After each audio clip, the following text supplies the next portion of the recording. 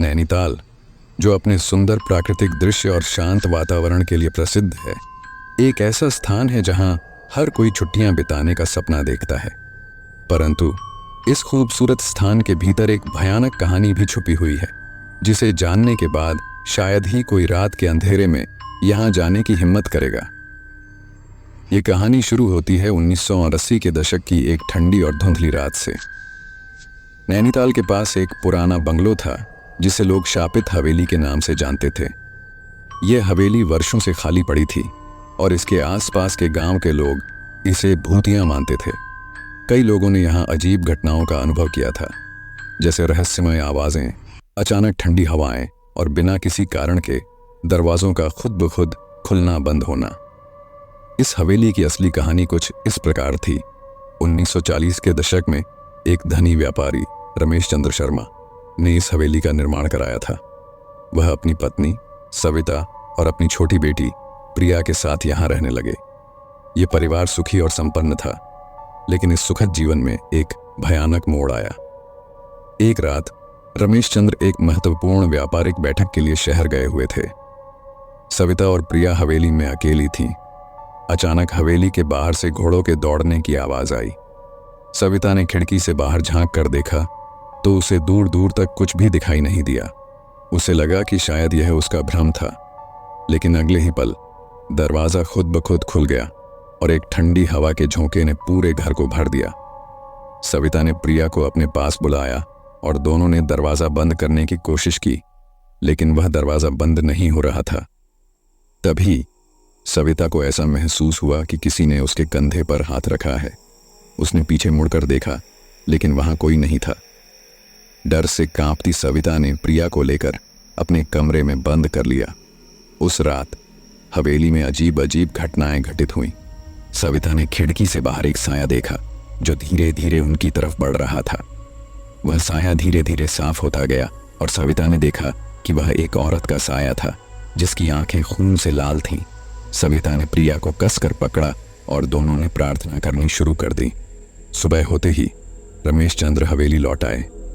सविता ने सारी घटना उन्हें बताई, लेकिन उन्होंने इसे उनका वहम समझकर नजरअंदाज कर दिया।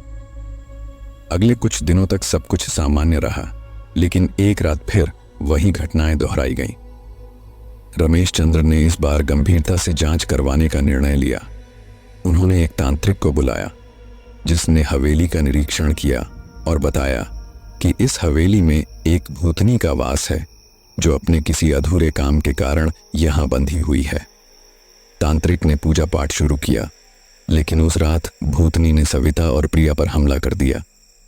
प्रिया की मौत हो गई और सविता गंभीर रूप से घायल हो गई। इस हादसे के बाद रमेश चंद्र ने हवेली छोड़ दी और हमेशा के लिए नैनीताल से चले गए।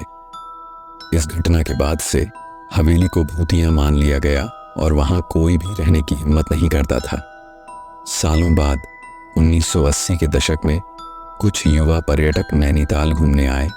उन्होंने सुना कि इस हवेली में भूत का वास है और उन्होंने इसे देखने का निर्णय लिया। वे हवेली के अंदर दाखिल हुए और चारों ओर का निरीक्षण करने लगे। अंदर का माहौल काफी डरावना था। दीवारों पर लगी पुरानी तस्वीरें, धूल से भरे फर्नीचर और टूटे फूटे सामान ने माहौल को और भी भयानक बना दिया। उनमें से एक ने कहा, मुझे नहीं लगता कि यहाँ कोई भूत है, ये सब सिर्फ अफवाहें हैं। लेकिन तभी हवेली के अंदर तेज हवा का झोंका आया और दरवाजे खुद ब खुद बंद हो गए। वे सब डर गए और बाहर निकलने का प्रयास करने लगे, लेकिन दरवाजे बंद थे। तभी एक लड़की ने देखा कि सीढ़ियों पर कोई खड़ा है। ये वही भूतनी थी जिसकी आंखें खून से लाल थीं। भूतनी ने उन्हें चेतावनी दी, यहां से चले जाओ, वरना तुम्हारा भी वही हाल होगा जो सविता और प्रिया का हुआ था। डर से कांपते युवाओं ने दरवाजा तोड़ने की कोशिश की और किसी तरह भाग निकले।